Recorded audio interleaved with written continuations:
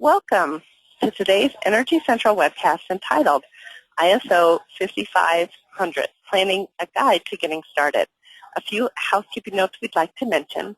For best results in viewing the presentation, we recommend using a wired high-speed internet connection, as wireless connections can be unpredictable. If you cannot get adequate sound from your computer speakers, you may dial into the audio portion using the telephone number listed in the audio section in the interface. Following the presentation, we'll have a brief question and answer period. You may submit your questions at any time using the interface on your screen.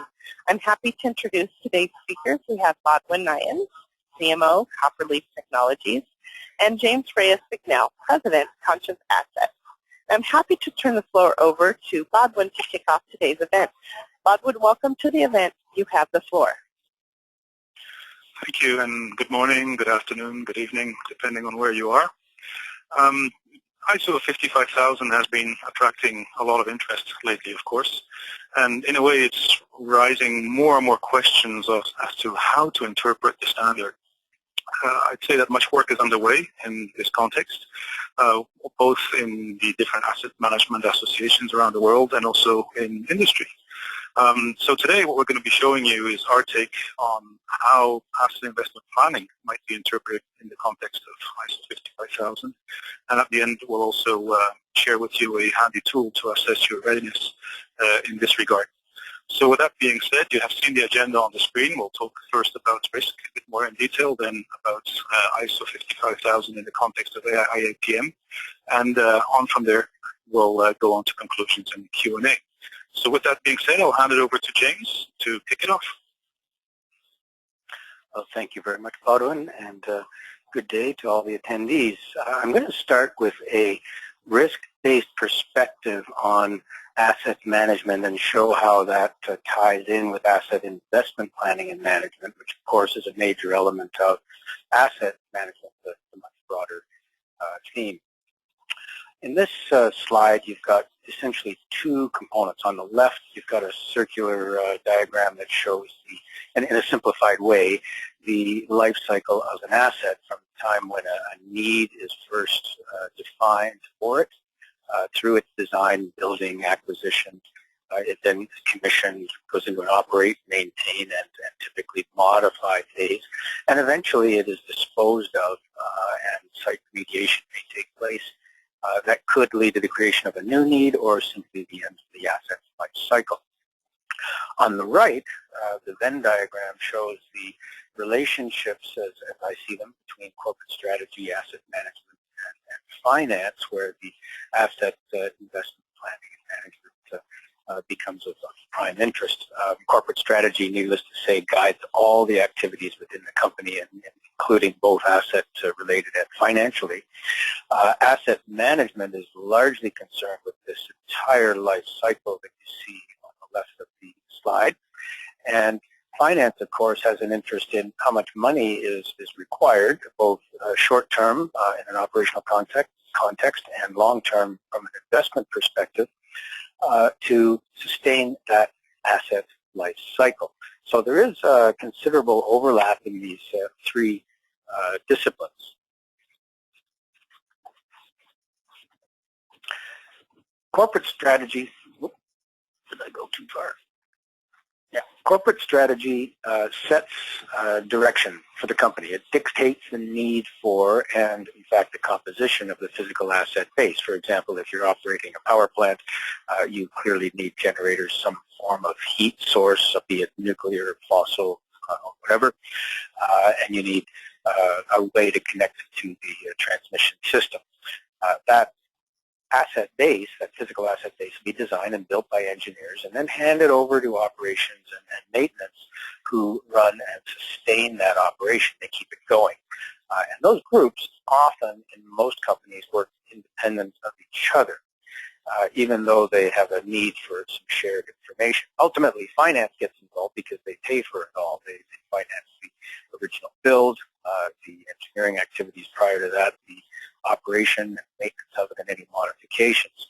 All of those groups need and have some valuable life cycle information about the assets, not always in the same consistent format, not always even the same consistent content, And often that information is not entirely shared. It can have holes in it. It can be incomplete. It may not be consistent across the different functional areas, and it may even be inaccurate. For example, if modifications take place and that the diagrams and information are not updated to keep touch with the actual physical asset. Now, asset investment planning and management is a function that really crosses between the asset management and the financial world to integrate information needed to determine how best to spend money so that we do deliver what asset management is supposed to deliver, and that's value to the organization through the use of those physical assets. The decisions are not just financial in nature because they must consider both operational needs, maintenance needs, and other sustaining needs, modifications, and so forth. Now let's look at risk more specifically. Seems to be jumping 2 slides at a time here. The term itself, risk, is used widely in a number of different industries and not always with the same meaning.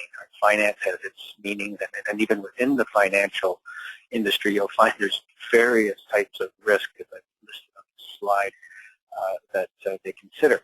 Food industry is often concerned with risk of product safety. Insurance looks at risk basically in a purely financial sense as to what is our exposure to potential financial commitment, and so forth. The International Standards Organization actually has a standard on risk management. It's ISO 31000, and accompanying that is a guide, 73-2002. And it defines risk in a rather elegant way, I believe, as the effect of uncertainty on objectives. Every organization, whether it's financial, food, insurance, or power utility, all have certain objectives, and there's a lot of uncertainty around whether or not you'll be able to achieve those objectives given the possibility of events which may or may not happen, and the uncertainties that may even be caused by ambiguity or lack of information internally. For example, the inconsistencies of information between maintenance and engineering can lead to uncertainty, which could ultimately result in, for example, excessive downtime that maintenance thinks it's maintaining something different than what engineering tells it actually has. So these uncertainties could be negative in terms of their impact, or they could even be positive. So risk isn't always a bad thing. Now, the use of the term in the asset management world is relatively new, and largely because the world of asset management, as we know it, the physical asset management world, is actually pretty new. If you compare with accounting, which started in the 1490s, asset management really only got started in the 70s. And when we started to see a more holistic perspective on how to manage aircraft with the appearance of reliability-centered maintenance in that industry. And that methodology grew over time and indeed does address risk issues and quantifies them very nicely. In the early 2000s in the United Kingdom, in response to a number of incidents where risks basically ended up with some significant negative consequences, the UK's specification PAS 55-1 was written and produced, and it was largely targeted at the utilities, gas, electric, and water, but it had a strong focus on risk management. It was revised in 2008 and then became the model, if you will, for the creation of an international standard on risk. Asset management, ISO 55000 and 55001. 55000 is basically a general statement of requirements. 55001 is the exact requirements written for asset management. 55002, which I haven't listed on this slide, is a guideline for implementing 55001. All very useful documents. Essentially, ISO, just in the 2000s, and literally early this year, in 2014, by publishing these standards, has raised the bar significantly for asset managers around the world. Now, risk management is a systematic approach to setting the best course of action given the uncertainty. So here you've got a generalized risk management approach. You've got a corporate risk basis, which will change from company to company, the context you're in. There's a process needed to identify risks associated with your physical assets. There's some analysis of those needed to determine just how significant those risks are. You assess those compared with what you are indeed willing to tolerate. You'll then, depending on that outcome, decide what to do about it, and then you'll monitor your results. So that's the general risk management concept. Now, in the asset world, the physical asset world, there are a number of risks that arise from the use of those physical assets. There's operational risks, downtime and repair costs, disruption, loss of production, possibly replacement capacity if indeed you're down and still need to deliver, revenue loss, quality impacts if you're producing out of spec because of poorly operating equipment. Needless to say, when equipment fails, it generally creates a safety hazard to both the operators and the maintainers. If you fail to contain toxic substances, fuels, things like that, you've got environmental hazards. Emissions can be excessive if your control equipment isn't working properly. In some industries, security hazards, even as a result of loss of containment or monitoring. And of course, all of that has financial impact on both revenues and costs. Insurance, if you're not that reliable, your insurance costs will be higher because your risks are higher, and likewise for borrowing. So there's a significant impact that asset-related failures have on the business when they occur. Now those are all can be identified, and then we decide what to do about them. We can avoid them, reduce them, transfer them out to someone else by outsourcing, or actually retain them and accept the risk as it is. Once they're identified, though, we must manage those risks somehow, and it's imperative to make one of these decisions, either avoid it, reduce it, transfer, or retain the risk. Most companies have a form of risk assessment tool, and many of them look like this, which is a sample risk matrix where you basically plot the severity of consequences from low or no consequence up to very critical against the likelihood or the probability that the risk or the event will happen. Anything that has a critical consequence and a high probability would be in the red zone, where you've got the high risk assessment. So most companies have a system of this nature to evaluate the level of risks, and needless to say, the bulk of the attention goes to those risks that are in the red and golden colored zones here. And those are the areas that typically require some kind of an investment. Now these risks, when it comes to the physical asset world, can indeed increase over time, and a little bit later on I'm going to show you just how that happens. There's a number of liability, quality, and risk management tools out there. Some are very specialized. HAZOPs in the chemical and petrochemical industry, risk-based inspection in the oil, gas, and petrochem industries. The pharmaceutical industry has a very onerous validation processes. There's the ISO 31000 that we spoke about for risk management, and then a number of tools in the maintenance and engineering world like reliability-centered maintenance, root cause analysis, failure modes and effects analysis. All of these tools, no matter which one you use, produce decisions about managing failures that could lead to very significant consequences, and therefore they are risks. Costs of those actions that are recommended need to be analyzed against the alternatives to produce optimized decisions. Asset investment planning and management is a method for making those optimal decisions. It takes risk management to a strategic cross-functional area because it considers all the needs of the company, not just the operations or maintenance needs. It integrates risk-based methods with financial planning and ensures that the risk and life cycle asset decisions are married. That combination produces a very essential element of the new ISO 5,000 standard for asset management, and takes it up a significant notch from current practices in many companies by integrating those two areas. And I'd like to turn the presentation over at this point to Boudewijn. Thank you, James. Let's see if I indeed have control. So as James said, the bar in asset management is rising. It's rising fast. ISO definitely had this catalyst effect of having everybody rethink their processes to some extent.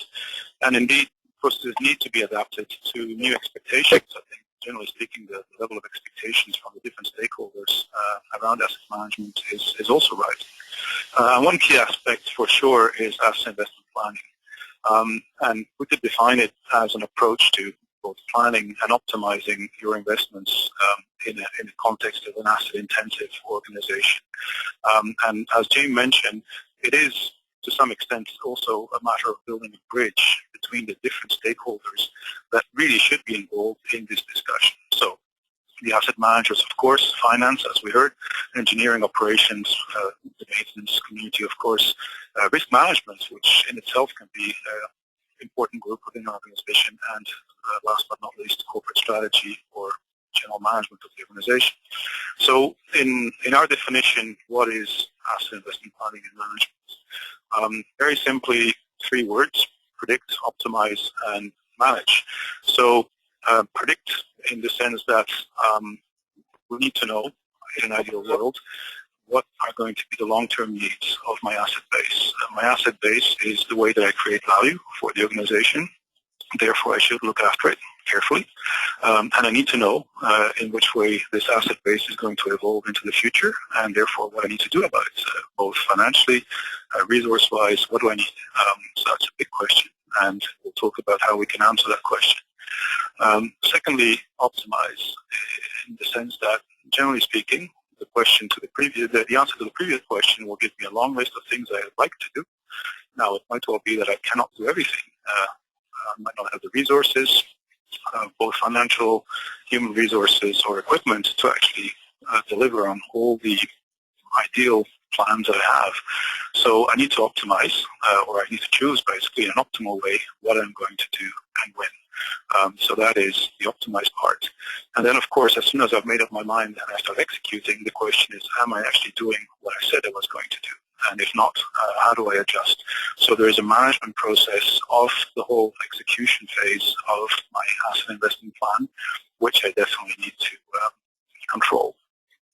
And talking about control, this really is a process which clearly involves many stakeholders, as we heard, and by extension does need a number of systems and processes in place which connect all the stakeholders and allow us to take these optimal decisions and to carry them through. So that's the how, very simply. Now, of course, the question is, what am I going to do about this? Or, sorry, how am I going to actually execute this? In many companies, the asset investment planning processes are really being managed on the basis of spreadsheets, and as James mentioned, possibly by trying to share information coming out of different systems that are in place, your financial systems, your asset management system, maybe your GIS database, etc. But really there is no federating processes and systems that actually allow us to take decisions based on all this information that is spread over many often unreliable data sources. So what we're going to be looking at now is at a level of a best practice, how could we therefore implement asset investment planning in an organization in such a way that this becomes a seamless process that delivers on what the expectations are. In a nutshell, the way we look at it is you can break it down into 6 components on the screen here, and I'll just walk you through them quickly. At the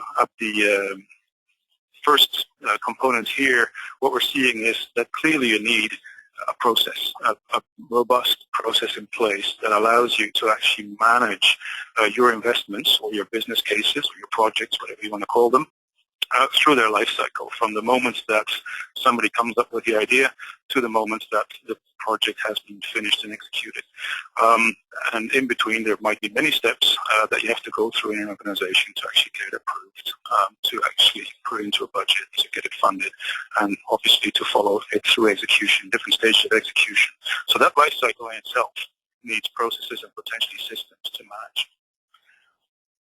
The second component is the fact that obviously we need to all agree on how we measure both risk, as discussed earlier, and value, as in, I'm only going to do projects, or I'm going to carry through with projects if they actually deliver value to the organization. So the question is, how do I measure this? How do I compare this between different projects or candidate projects? So you need a framework for that, and we'll discuss that in detail too. Thirdly, the fact that, as I said, you might not have enough resources to execute on everything that you would ideally want to do. Therefore, you have to have a mechanism to choose. And ideally, you want a mechanism that chooses and that delivers the optimal portfolio to you of investments that you need to execute. Execution itself needs following up. Things might change on you. There might be emergent or urgent work that needs to be added to a portfolio or to a budget. There might be changes, delays, cost overruns. All this needs to be managed. And for that, again, we need processes in place that allow me to have full visibility of what's going on and how I'm going to react to this and stay optimal. The bonus of working in an asset-intensive industry, of course, is that the assets can tell me a lot about their own needs, and I can use that information to drive my decisions. So we can actually make a lot of our business cases or investments asset-aware, as we call them, in the sense that we're really marrying the assets with the investments, and one is now strongly connected to the other, and behavior of the two start working in sync. And we'll see how that works. And finally, if I have good information about my assets, I can start using that information to plot my future needs. So to predict the long-term future of my assets in the sense of sustainment, and therefore build long-term plans, 20 years out, 50 years out, depending on my organization. And I can now inform the finance community as to what are the needs with regards to money, resources that I might have on the horizon. So let's dig in and look at the first of the 6 components, investment lifecycle management. So the idea here really is that I need to have a mechanism by which I can align the different stakeholders, and I can help the people that actually have to put together the business plans or the investment projects, the investment candidate investments, in such a way that I'm looking at apples compared to apples. So in other words, I need common assumptions for all the parameters that I'm going to be using to put together a business case. For instance, inflation. Does everybody use the same assumption for inflation? Am I actually taking into consideration all the aspects of the life cycle of the asset? So for instance, if I'm building a capital plan, am I affecting by building a capital plan the O&M plan? So the CapEx and OpEx components are often interrelated. I have to make sure that those are connected up. And I have to make sure that I'm using consistent information, comparable information across all the investments, so that when the time comes to choose which one I'm going to carry forward, I actually do have apples that I can compare to apples. A very important component of this is also the fact that typically the fact that I want to do something, that I want to create an investment, it doesn't mean that it gets automatically approved. It might need to go through a number of stage gates in my organization until its final approval. And we want to actually have a pretty well-structured and enforced workflow, or different workflows depending on different types of projects, within my organization, so that actually I can guarantee that I am actually looking at quality business cases, if you wish, and then I'm approving business cases that are fully justified. Important also, of course, is the fact that this might not be a one-shot thing. There might actually be urgent work or just important things that kick in halfway through a budgetary cycle, and I have to have mechanisms to bring those into the process but not disrupt it. So in other words, I need to have an ability to accommodate last-minute changes or urgent work within this process. James mentioned the fact that risk is one of the key drivers for investments, because of course we have to sustain our asset base, and our asset base degrades over time. But there are many other drivers that can drive me towards investments. It could be just the fact that I need to improve the reliability of my assets. It might be an issue of increasing performance. It might be growth investments or change of function of the assets. And of course it might be imposed by the outside world. So it might be a matter of new safety regulations coming out which force me to invest. In other words, there's many drivers, and generally speaking it also means that there's many different justifications and potentially different benefits that I can extract out of my investments. The challenge then very quickly becomes, how do I compare all these very different investments or business cases? And that's where the second component kicks in, where we need to have a strong framework where we can compare both the risk mitigation and the value creation of the different business cases I'm looking at. Now the risk side, James introduced very nicely, and you will remember, therefore, that there's really essentially three key risk components that we should be looking at. Operational risks, which are the asset-based risks, which James described. The execution risk of the project in itself. The fact that I'm going to start a project, there's of course risk that I will not finish on time, on budget, and that should be factored in. And finally, external risks, which could be, the influence of the outside world effectively on my organization. What happens if the oil price increases by $20? Well, that might change my decisions completely. So there is external risks which I might need to factor into. Important, and in particular for the first of the three classes, is of course that these risks evolve over time. And in a way, in a relatively predictable way in the case of assets, because I know that my assets will degrade. I can try to model that, and I can try to therefore determine at which point those risks will become unbearable for me. So of course, when I look at that particular class, the risks, as James mentioned, can be of different nature, but they can all be tied together. In other words, if one asset fails, I might have a combination of lost production, a safety consequence, an environmental consequence, and possibly a loss of reputation or similar risk for the organization.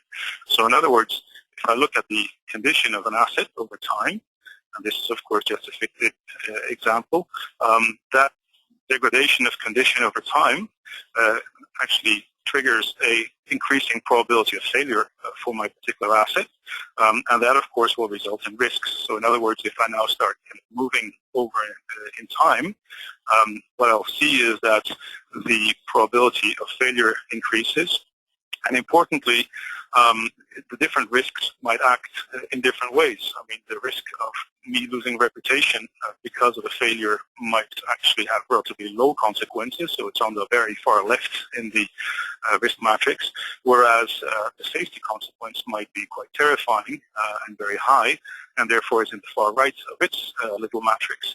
And at the bottom, therefore, I'm starting to see these risks accumulating, the total risk of the failure of this particular asset accumulating as time goes on, and the probability of failure increases.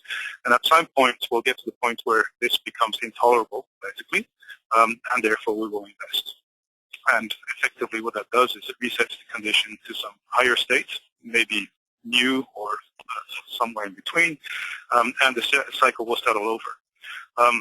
So that is effectively using risk as an investment driver. I'm essentially looking at what is the cost that I have to incur if the asset fails, and I use cost in between brackets, both the financial cost, but there might be other effective costs like environmental consequences, etc., that I have to deal with, and those costs at some point will just need addressing.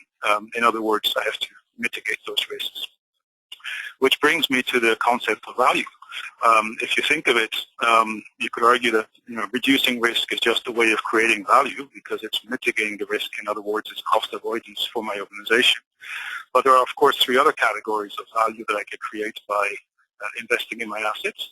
First of all, I could have a straight financial return. For instance, investing in an asset might reduce its maintenance costs or might increase its productivity, so I'll extract more value out of the asset in a financial sense. There might be particular KPIs or key performance indicators that I'm trying to follow that are of interest to me as an organization, and I might improve those KPIs by investing in an asset. And there might be intangible benefits. For instance, the asset might be less noisy or greener. There might be things that, again, are of interest to me as an organization. I'm trying to maximize to be a good citizen, and I might be contributing value to that particular aspect. So in other words, the question is now, to which extent do the benefits of a particular project that I'm thinking of undertaking contribute to what is important to the corporation?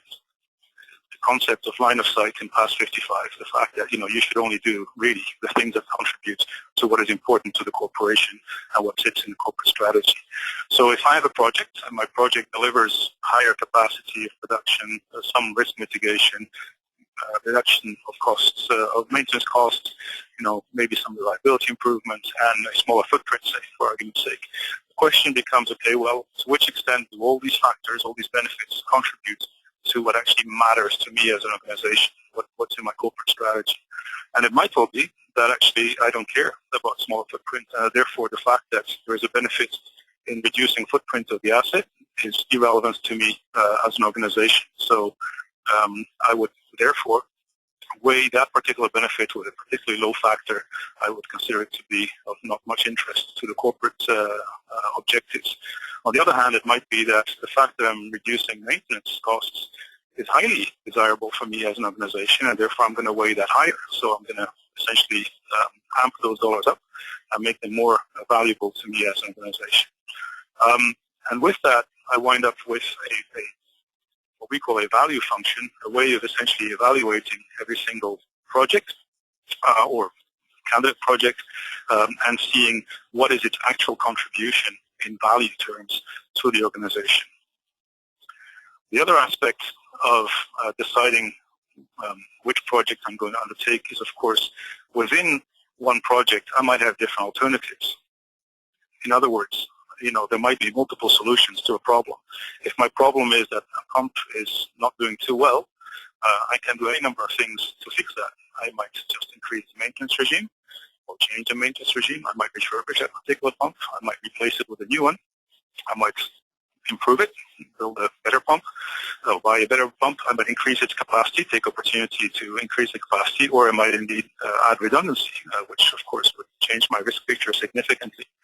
And every single one of these alternatives, or options if you wish, come with its own value to the organization, with its own risk mitigation, of course with its own costs, and maybe also with the time to execution. It might take me longer to do or to execute on a particular alternative. And needless to say also, every one of them might require different resources, so I just lump that into cost and time, but you can imagine that it might require specialized staff to do one of the alternatives, and I might not have the staff available, so that might be a consideration too. So in many organizations so far, what we've seen is that this is where the game stops. I'm looking at the alternatives, and I'm now going to pick the optimal alternative for this particular investment. So for argument's sake, let's say that increasing capacity in this case would be the optimal alternative. And people will say, well, that's it. This is what I'm going to put forward as a recommendation, and please approve this particular project with this particular alternative. I've done my homework. Trust me, this is the right thing to do. But of course, if I'm in the finance community or in general management in my organization, my question is, well, that's great, but your colleague just came in with another project which he claims has even higher value to the organization.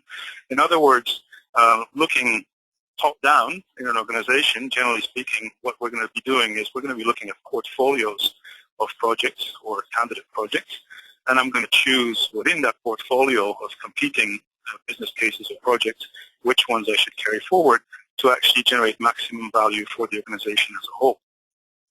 And this brings me to the concept of portfolios indeed, where maybe at a divisional level or departmental level, we have a budget, and within that budget, we're going to have to do whatever projects we can afford to generate maximum value. So I'm going to group all the competing business cases into a portfolio. I have constraints. These constraints might be timing, might be resources, might be dollars. There might be different pools of dollars that I can access, capital versus operational funds, etc. So I can have literally dozens, if not hundreds, of constraints that actually can somehow frame that portfolio, and I have to operate within those constraints. And of course, the general answer to that is, well, let's prioritize stuff. And there's different ways of prioritizing, just by straight value generation, possibly by bang for the buck. But really, if you want to do it right, you need to have some level of mathematical optimization. It's essentially a mathematical problem that you're trying to solve, where you have many, many constraints applied to a number of business cases, and you're trying to figure out, which possible combination of picking particular projects and programs, their timing, their alternatives, will give me the highest possible value for the organization, knowing all the constraints. And that will give me an optimized portfolio of things that I will carry forward. And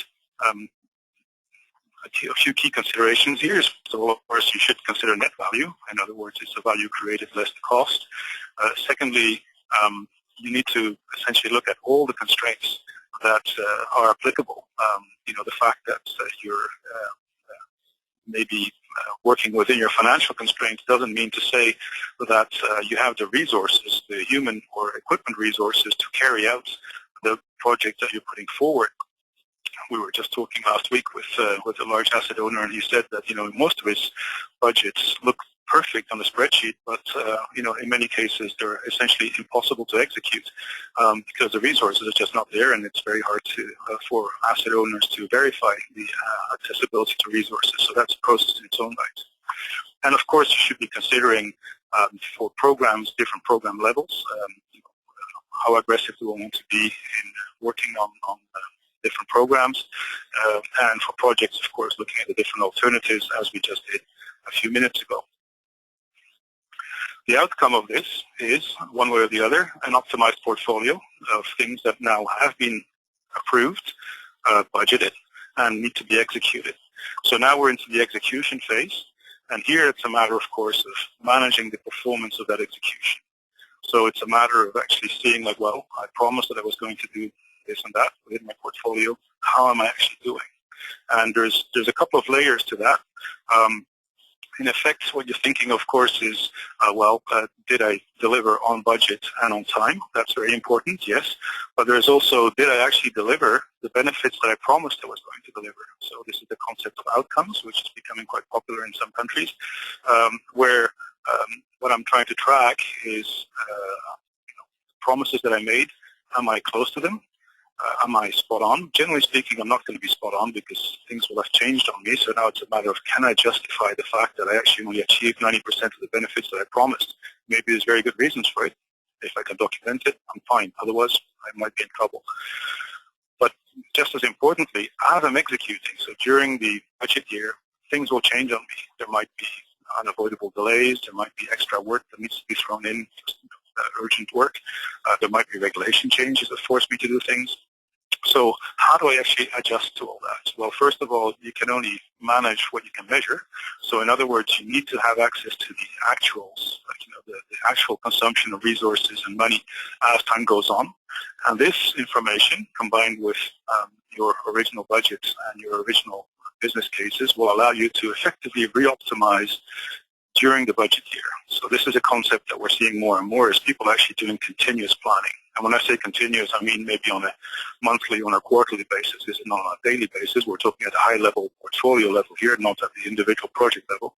But you have the ability, with the right information and the right systems, to actually stay optimal by rethinking or revisiting your execution plan and adjusting it to reality as things move on you. And now, very quickly, the last two components. As I said at the very beginning, the benefits and the particularity of working in an asset-intensive industry is that assets are effectively the ones that are generating value. So we have to look after them carefully, which also means that we need to know them inside out. So know your assets is the obvious starting point for much of what we do. And of course, by extension, know their current condition and the evolution of their condition over time. On the one hand, on the other hand, know their costs over their entire life cycle. This allows you to build a sustainment plan, both in the short term, which will drive the business cases that we just talked about to a large extent, but also, of course, in the long term. And we'll talk about this in a second. The beauty is, of course, that we can start connecting, therefore, the assets to the asset-related risks. Those will drive investments. Those investments will affect the assets. If I connect all this in a process sense where it becomes a virtuous circle within my organization, I can now start leveraging this both to make better decisions with regards to which investments I'm going to do in the short term, because I will know immediately if I defer an investment that affects particular assets, what are the risks that I am incurring by doing so? Clearly the risks are going to increase. Are those risks tolerable, or am I getting into a situation where really by deferring the investment I'm creating too much of a risk or taking on too much of a risk which the organization will not be willing to absorb. But also in the long term, I can now start using that information to build a long-term predictive plan, so essentially to model the future, if you wish. And the idea here is that, of course, generally speaking, our focus as humans goes to what we need to do tomorrow or within the next year, but the assets might be living with us for 100 years. So I need to have some way of modeling what the needs of this asset base will be in the long term. And actually it might be imposed on me. In many regulated environments, the regulator wants to see a 20 or a 50-year plan to make sure that you're actually looking after your assets in a sustainable way. So what a modeling system can do for you is based on a risk tolerance level, as in the bottom of the screen here, around 25 in this case. The models will start modeling to you the investments that are necessary to stay at that tolerable risk level by adding modeled investments. So these are just suggestions. These are not real investments yet. The gray zone here. And by extension, then I can start computing what is actually the benefit I will extract out of doing those investments. And this, of course, in turn feeds, acts as a shopping list, if you wish, of the things that I should be thinking about, and therefore I should turn into business cases and request financing for in years to come. So, in a nutshell, what we're really saying is that asset investment planning and management is really the overall process to manage this whole cycle of going from idea to approval to execution and then into modeling the next cycles that I need to work on with regards to the sustainment of my assets. Why do we do this? Well, of course, because within an asset-intensive industry, we need to invest in our assets to create value. And conversely, sustaining the asset base effectively protects the value that we have in our assets. As we saw, risk and time are very key factors in this whole game. And making optimal decisions actually requires quite a rigorous framework and process to get it right and to extract maximum value. It's, as usual, there's a plan, do, check, act component to this. We have to track performance as we go along, and we have to also document the outcomes. This is becoming increasingly important aspect. Now, this is quite a mouthful that we just looked at. It's quite a complex process potentially, and therefore what we're seeing, of course, is a very gradual approach. Many organizations are taking this one step at a time. It might take them years actually to get to all 6 components being in place and fully firing on full cylinders, but that's okay. It's a matter of starting, and for that, in a few minutes, we'll show you a handy little tool which will give you a starting point as to where you stand today and what the next steps might be. But before that, I'm going to hand it back over to James for a few closing remarks. Okay, well, as you see here, we've got a couple of large ellipses and a cycle in there. We've got asset condition that leads to making decisions about financial availability of funds, funding decisions, which ultimately produce some money that gets turned over to the asset management organization in order to address the reduction of risks that had been identified earlier in making those funding decisions. Once those activities are done, as Boudewijn points out, there's some monitoring that must be done. Did those risk reduction activities actually produce the reductions we expected? Did we get the results we wanted? In turn, that may lead to further asset condition decisions and so forth. On the left of this, with the left red ellipse, really is a circle around the asset management realm. So those of us who are asset managers and engineers, we concern ourselves with the actual assets themselves, their condition, monitoring them and their performance, and actually executing on projects of various sorts and activities in order to manage risk and condition of the assets. On the right, the circle really is the realm of asset investment planning and management. Clearly, some of that is purely financial, decisions about funding and the provision of money. Some of it is also involving the output from the asset management world in terms of the condition of the assets and the potential risks associated with those conditions.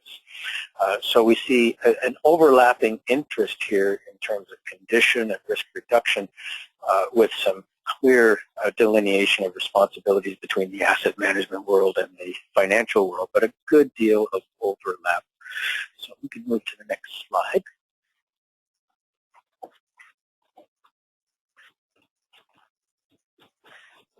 Asset management itself has the role of delivering value while managing risks. If you look at the ISO standards, you'll see that those are two very, very clear themes. In fact, the word risk appears many times in the documents. It's a whole life cycle effort. So it starts from conceptual thoughts about what we need as an asset all the way through to disposal and site remediation through the entire life cycle, which generally span, in the case of major physical assets, many, many decades. It involves several disciplines: finance, engineering, maintenance, operations, human resources. They all require some kind of an investment in order to do their jobs. Asset condition information comes out of the asset management world and is used to help feed decision-making on the basis of risks that are associated with those asset conditions. Asset investment planning and management looks at the assets over time, recognizes the growth of risk over time, typically as asset condition deteriorates. The maintenance and modifications that happen throughout the life of an asset are quite capable of addressing many of those risks, but not all of them. Eventually, it may not be cost effective to continue maintaining and modifying. Replacement of the asset becomes the obvious solution, or a major restoration or refurbishment. Funding needs come out of that asset investment planning and management world, and they need to be forecast well in advance. Clearly, the financial people must arrange for financing through their methods, and those finances are going to be used to support the maintenance, modifications, refurbishments, restorations, replacement activities. The asset management activities, in turn, feed back to the asset investment planning realm needed information. All right, so the two work synergistically together, and as I showed in the previous slide, there is some overlap between the two. Without asset investment planning and management, your asset management program itself will be at risk. It won't be able to achieve its full goals of delivering value while managing risks if you can't fund it. And with the asset investment planning and management, your asset management program, in my opinion, has a big chance of success. So if we move to the next slide, and back over to Bob. Thank you, James. Thanks for that. So as I mentioned a few minutes ago, we have created a little tool which will allow you to do a quick assessment of where you stand in this whole game of asset investment planning and management, and by extension, of course, how does that fit within the spirit of ISO 55000. It therefore will help you just kind of give a little bit of a snapshot of where am I today, and it'll give you a few hints as to the things that you might want to think of next. You'll see the URL on the next slide if you can move the slide forward. There you go, thank you. So just follow this URL and you'll be able to access that particular little guide. Of course, as any guide, it's relatively generic. We cannot factor in the specifics of every single organization, but it's a starting point, and it might get you thinking about a few useful items. So with that, we're now at the end of our presentation. We have a fair number of questions that have come in over the last few minutes. So I'm going to start picking through those questions as quickly as I can, and either answering them myself or handing them over to James, depending on their nature. If we don't get to the end of all the questions, which is likely, don't worry. We actually capture them all, and we'll come back to you with answers through email for the questions that we did not manage to answer within the next 12 minutes, which is the time that we have left. So with that being said, I'm just going to scroll through my questions back up to where they started. The first question was, what does AIPM stand for? So obviously it's Asset Investment Planning and Management. There were a couple of questions of why we are connecting risk with probability of failure and condition with probability of failure. James, do you want to talk about that a bit more, or do you want me to address it? No, I'd be happy to. In the purely engineering mathematical world, risk and probability can be seen almost as the same thing. In the business world, risk is really a combination of the probability that an event will occur and the severity of its consequences. And the slide that where I first showed the red, yellow, green segments on that risk matrix is meant to illustrate that. So risk in the sense that we are using it here is a combination of probability and consequence. So the higher the risk, typically the higher the probability of the event and or the higher the consequences associated with the risk. So risk is a combination of the two. I think that addresses actually a couple of questions here on why put risk condition with probability, and are we comparing condition with a probability? That one's a slightly different scenario. The graph that Boudewijn showed of probability increasing over time for a failure, generally speaking, as condition of the asset deteriorates, is very real. That does happen in the physical world. In truth, those who might be familiar with reliability-centered maintenance and materials on that will know that there are multiple patterns of failure. The one shown there is associated with an aging asset. There are also different patterns for random failures, for infant mortality type failures, and so on. So what we've got on the slides is illustrative, but generally speaking, the accumulation of probability over time will increase regardless of the instantaneous or conditional probability of failure that would be shown on that particular graph. So over time, even if you've got a random failure event occurring, the accumulation of probability, the cumulative probability of failure does increase. So that takes us down to probabilities. I have a next question for you. I think I have a good next question for you, which is you mentioned actually, and the question also goes, I've heard that insurance companies are starting to require ISO 55000 compliance as a condition of insuring assets. Do you have any further knowledge of this? To be honest, I haven't heard of a specific one where ISO 55000 is required. Keep in mind, ISO 55000, 55001, and 2 only were published at the beginning of this year, so they haven't really been around all that long. So very, very few companies are in fact already certified to it. The old British PAS 55 has been around for several years, and of course expectations in the UK that people are certified to it are quite high. Having said that, there is a case here in Ontario, where I reside, where one of the utilities, I can't name who it was, actually was dropped by their insurer because they could not demonstrate with good solid evidence the case for the investments they wanted to make in their physical assets. So they put forward a case to the Ontario Energy Board. The Energy Board said, no, we're not happy with that. We need more evidence to back up your claims for financial needs. Their insurance company turned around when they heard that and said, we're dropping it. So that has happened. To my knowledge, though, nobody's linked it specifically to ISO 55000. So, and I saw, too, a question here, Boudewijn, about 6 steps and referring them or comparing them to the ISO 55000 steps. Yes. I'd love to address that one, because ISO 55000, go ahead. ISO 55000 itself does not have 6 steps. There are, in fact, 7 elements to it that are described in the standard in some detail and expounded upon even further in 55002, the guidelines. Those are context of the organization, leadership, planning, support, operation, performance evaluation, and improvement. Now, those are main elements of the standard that must be complied to if one's to get certified. There's a number of different subheadings within each of those and a number of guidelines within ISO 55002 as to how to go about doing that. But they're not directly related to the 6 steps in Boudewijn's slide. So in answer to that question, no, they're not exactly the same. Although Boudewijn's slides do address elements within these.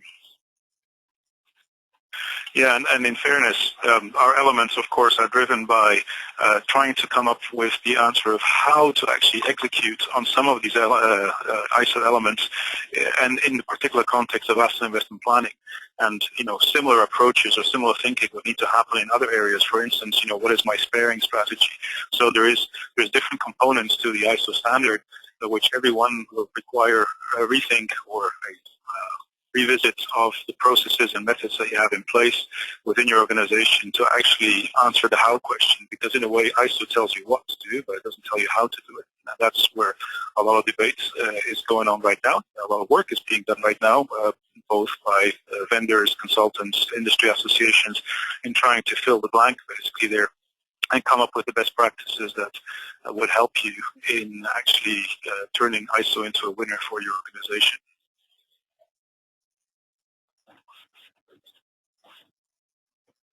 There is another question that we go here, that is, who does feasibility studies for getting into AIPM? Or where does a feasibility study go in AIPM? So, oh, sorry, that's a wrong question. It's a wrong interpretation. So the feasibility study, I assume that we're talking about the feasibility study of a particular project. So yes, that would be one of the earlier stages, of course, of creating a business case. That would be potentially a feasibility study of a particular project. That's more on the technical side. If that feasibility study, of course, shows that a particular project is not going to have a high chance of success, you could argue that that's a risk on the execution side, and therefore, that presumably that particular business case will score pretty poorly if you're starting to compare it to others. I'm trying to see if other questions are coming in. There's a couple there on ISO 55000 and technology providers and support to companies that want to implement. Maybe I could address those, Boudewijn. Yep.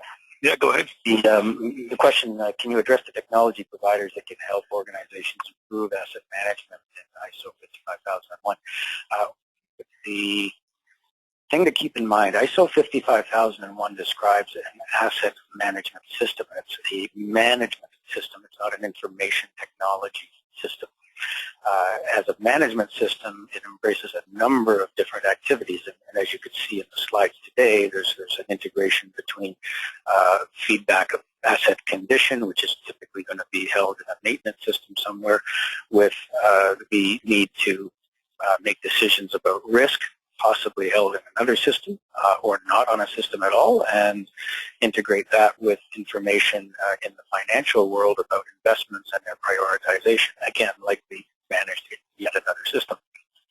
So there is, to my knowledge, no one system that can address all the various activities needed by an organization to be able to manage its assets effectively. Even the big systems, the big enterprise systems that are out there do not cover all of these disciplines adequately for that purpose. So looking for one system, you'll be waiting a long time for that. It's likely to be a combination of tools that will help once you've defined your own asset management system, all right, which blends process, procedures, people, and technology.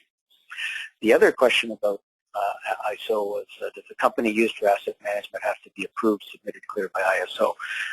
And I'm not exactly sure what you mean there, but if you're talking about helping a company improve to become ISO certified, if you're going to be certified, you have to be audited by an independent auditor. That company cannot help you with your improvement efforts. They must remain independent of the result. If you want to get the company to a state where you can be audited and hopefully approved, you would have to look at another service provider. Now, a service provider who can do that could also do audits, but they couldn't necessarily do it for you. So the auditor must be independent from the actual improvement activities. They can't have a stake in your success in order to be independent. So that, I think, addresses those. And I think, there is one last question that came in. To implement ISO, what is the recommended size and maturity of a company to begin the procedure? Or once a startup achieves its first anniversary with established revenue and production, would that be a candidate to begin implementation? So I guess it's kind of a bit tied to the previous question. That is, at which point does this become an important process? I would suggest that the earlier you start, the better. Once you've established the asset base and started operating and and maintaining it, you will already have a number of procedures and practices in place. But by the time you've got there, you've already generated considerable engineering information that is ultimately going to be needed later in the life cycle of the asset. So starting sooner, I believe, is better. The other aspect of it is again tied back to risk, which we talked about. Risk is best managed proactively. You don't want to wait for failures to happen and consequences to be experienced before you decide to do something about them. That reactive approach is not the best, as I'm sure we all recognize. But if you can identify the potential risks early on before they occur, then indeed you stand a better chance of managing effectively. So again, the sooner you start doing that, the better. There are tools out there to do that with, things like I've mentioned reliability-centered maintenance. There's hazard and operability studies. There's risk-based programs. There's a number of different tools out there depending on the industry and particular types of risk you're considering. Probably the most broad is actually reliability-centered maintenance because it deals with all potential failures in assets. So I would suggest the sooner the better in terms of implementing, and no need to wait for a first anniversary or any particular point in time, and recognize that ISO 55001 is actually the one that you're going to apply to. It's not really a procedure or a process. It's really a statement of a bunch of requirements that you must meet. It's up to you to define how you meet those requirements, as Boudewijn said. Exactly. Well, and with that, actually, we're just over 10 o'clock here in the West. So I thank you all for attending this webinar, and I'm going to hand it back over to JP. Thank you, Boudewijn and James. Appreciate it. For our audience, we hope you've enjoyed today's discussion. As you log off, please take a moment to complete our survey and give us feedback so we can continue to provide you with quality content. Thank you for attending, and this does conclude today's presentation.